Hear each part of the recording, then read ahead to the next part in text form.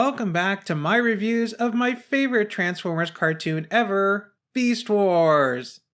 In today's review, we're taking a look at the episode Maximal No More, a reference to a very famous Spider-Man comic, which was even referenced in the Spider-Man movies. You know, I'm surprised that nobody has ever recreated some of the iconic imagery from Spider-Man No More, but with Dinobot instead. Although, I guess Dinobot can't really peel off his skin, like Peter Parker can take off his Spider-Man suit. But, as we'll see in an upcoming episode, Dinobot did keep the hide of his clone, so there is that. In this episode, Dinobot betrays the Maximals and rejoins the Predacons. Once a pred, always a pred. We begin with Dinobot analyzing the Predacon base. And I think it's pretty cool how, when you think about it, when they transition to this wireframe view, that's probably the actual wireframe of the Darkseid CGI model. I don't know, I just think it's cool since this is a CGI show, they can easily do that. Apparently Megatron arranged his Predacon installations to pattern them after a symbol on the Golden Disc. A symbol on the Voyager Golden Disc, mind you, which its real-life meaning is meant to give the location of the sun. So is Megatron trying to make himself the center of the universe? Or at least the solar system? Also, this Maximal text on screen reads, "They killed Kenny! Those..." Well, I think you can fill in the last word there. But apparently one of the Beast Wars animators was a South Park fan. So Dinobot gets called on a Recon mission with Rat Trap. And once again, we see Dinobot riding Rat Trap. That is what she said. Oh boy, there are so many jokes that I want to make here, but I gotta try and keep it clean. Anyways, Dinobot and Rat Trap are ambushed by Inferno and Quick Strike. Holster it, rat face. I wouldn't want to backshoot a hot pistol like you. Hot pistol? I'm sure that's supposed to be a reference to Rat Trap's sharpshooting skills, but I can't help but feel this might have another connotation. Silverbolt tries to come to Dinobot's aid, but Waspinator takes him by surprise. You have served the royalty well. Waspinator not serve. Waspinator. You know, I think this is one of the only episodes in the show where all of Scott McNeil's characters interact this much. Rat Trap, Dinobot, Silverbolt, and Waspinator. Waspinator not.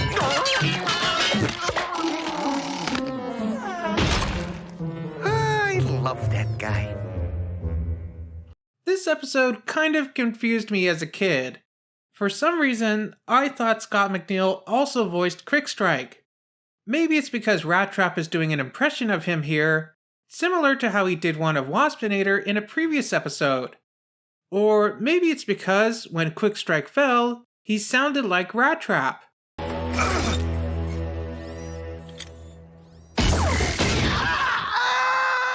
But no, Quick Strike is actually played by Colin Murdoch, who played Thrust in Transformers Armada, Scorponok and Wing Saber in Energon, and Scourge in Cybertron.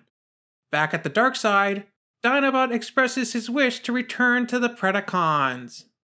Why should I believe this is anything other than a transparent ploy to save your own hide? You know me better than that. So I thought, before you chose to fight an Optimus Primal's side. Why does Megatron sound like an old jilted boyfriend?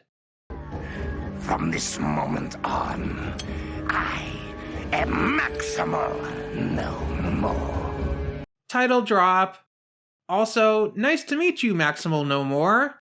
Do you mind if I call you Maxi for short? This proves nothing. Anyone can change their codes willingly. Tarantulas is right. As we saw in the episode Double Jeopardy, Rat Trap was easily able to change from a Maximal to a Predacon with the wave of his hand. If only it were that easy in real life. Black Arachnia coaxes Quick Strike into a Predacon test of strength with Dinobot. Couldn't you, Sugarbot? Sugarbot? Is Black Arachnia actually with Quick Strike? Or is she just manipulating him? So, Dinobot and Quick Strike battle in Mortal Kombat, with Dinobot coming out on top. Finish him. But the soft-hearted Dinobot refuses to execute his new comrade, convincing Megatron to spare him. Which, I mean, why would you want to lose one of your troops anyways? Sure, even if he's not the best fighter, he can still have his uses. When expecting booby traps, always send a boob in first. So, Dinobot retrieves the Voyager Golden Disc for Megatron. But when faced with executing Rat Trap, he finds where his true loyalties lie. What? Go for booting up cold! You know how I feel about lizard breath! Oh yes, Rat Trap. We all know how you feel about Dinobot. By the pit, how much of this drivel must I endure? And so, Dinobot returns to the Maximal side, and rides Rat Trap home. That is what she said. Well, this was a pretty good episode of Beast Wars. It was interesting to see Dinobot briefly return to the Predacon side. I like that it hints at future episodes. Although, I really have to question Dinobot's true motives here. Did Dinobot actually think he was mistaken when he joined the Maximals? Was he having second thoughts? Or was this all a ploy to get Megatron alone? After all, we did see Dinobot seemingly play possum when the opportunity arose. And he seemed capable of scrapping Megatron, or at least causing him severe damage. Perhaps his true motives have remained the same as they always were, stopping Megatron. But he was unwilling to do so at the cost of his own spark. At least for now. Well, what about you? What did you think of this episode of Beast Wars? Let me know down in the comments. Remember to like, subscribe, and do all that other fun stuff.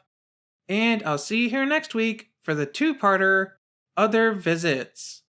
So I'll see you back here next time for that.